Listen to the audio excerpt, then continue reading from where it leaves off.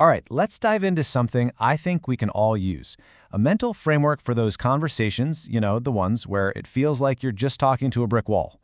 This is a philosophy that's all about how to stand your ground intellectually without becoming the very arrogant person you might be arguing against. I mean, we've all been there, haven't we? You're in a debate, a discussion, and the other person is just completely, unshakably convinced they're right. There's no room for nuance, no doubt. It's exhausting. So what do you do in that moment?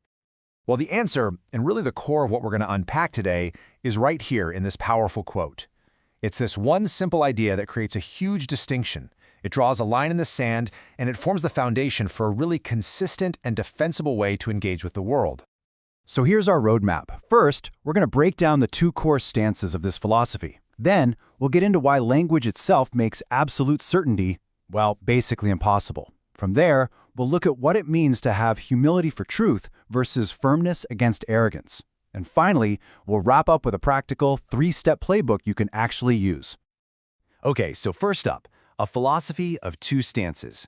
And this is not about randomly switching between being humble and being firm. No, this is a disciplined framework, a system with two very clear modes, and each one is used for a very specific reason. The whole thing, the entire philosophy, is built on one simple but profound admission that our own perception is flawed. Once you really truly accept that you can never see the whole picture, the need for both of these stances, humility and firmness, becomes crystal clear. So, why are our perceptions so limited? Well, a huge piece for the puzzle is the very tool we use to think and communicate, or words. You could say that we're all living in the shadow of language. Think of it like this. There are 3 layers of distortion that happen every single time we communicate. First, your own thoughts are filtered through your unique subjective point of view. Then, the words you choose are just approximations. They're not perfect containers for that thought. And finally, the person listening takes those words and filters them through their own subjective lens. It's basically a game of telephone, even when you're just talking to one person. And this gets to the heart of it. Absolute truth is kind of like water. And our words, our language, they're like trying to carry that water in a net. We can gesture at it, we can get a sense of it, but we can never ever truly contain it perfectly. So, if we can't ever perfectly grasp truth, what's the right attitude to have towards it? Well, that brings us to our first stance, humility. And let's be super clear, this isn't just about being polite. This is what's called an ontological stance. It's about your fundamental relationship with reality itself. Yeah. See, we're not talking about social politeness here, just being nice to avoid a fight. That's a social convention. What we're talking about, philosophical humility, is way deeper. It's a fundamental position you take that says, I acknowledge that my own knowledge is incomplete. It's limited, especially when compared to the vastness of what is actually true. This kind of humility comes from a place of radical honesty with yourself. It's that old Socratic idea, right? The wisdom of knowing you know nothing. It's that deep, gut-level recognition that your entire worldview could be completely upended by one new piece of information, a black swan event.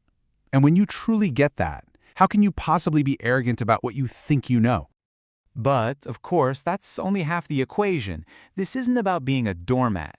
So where does firmness come into play? Firmness is the crucial counterweight, and you save it for when you're not facing truth, but when you're facing human arrogance pretending to be truth. It all comes down to your target. When your focus is on absolute truth, the only logical attitude is humility, because you know your own tools, your thoughts, your language are limited. But when your focus is on a human claim that's being passed off as absolute truth, that's when your stance shifts to firmness. You have to be firm because people can easily mistake their own distorted view for the real thing. You're not attacking them, you're just refusing to accept their limited view as the final word. And this right here is the absolute key to the whole thing. Your humility is a precious resource. You reserve it for the vastness of truth itself. You don't owe it to another person who's just dressing up their subjective opinion and calling it objective fact. Okay, so the philosophy is great in theory, but how do you actually use this when you're in the heat of the moment? That's where this simple 3-step defense comes in. Think of it as your practical playbook for intellectual conflict. So when someone's coming at you with that 100% certainty, you start with step 1, relativize. You gently reframe their view as one perspective among many. If they keep pushing, you move to step 2, defend. Here you state your own principle out loud, not as an attack, but as a boundary. That conflicts with my principle of humility before truth. And if they still demand that you agree, you go to step 3, disengage. You just have to recognize that the conversation is no longer about finding truth, it's become a power game.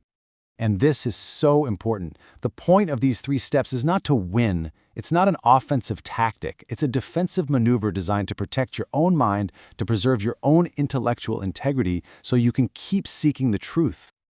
Look, if there's one thing you walk away with today, let it be this. This single sentence says it all.